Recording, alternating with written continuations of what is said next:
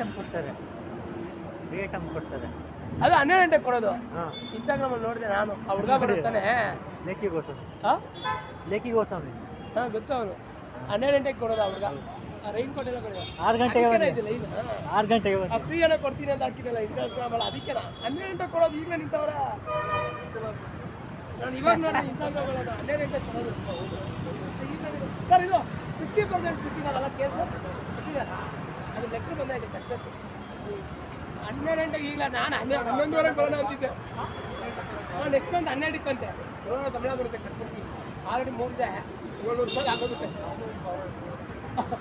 ನಿಮ್ಗೆ 500 ಆಗುತ್ತೆ, ನನಗೆ 700 ಅಂತ ಆಗುತ್ತೆ. ಅಲ್ಲ 12 ನಾನು 11:30 ಬರೋಣ ಅಂತಿದ್ದೆ.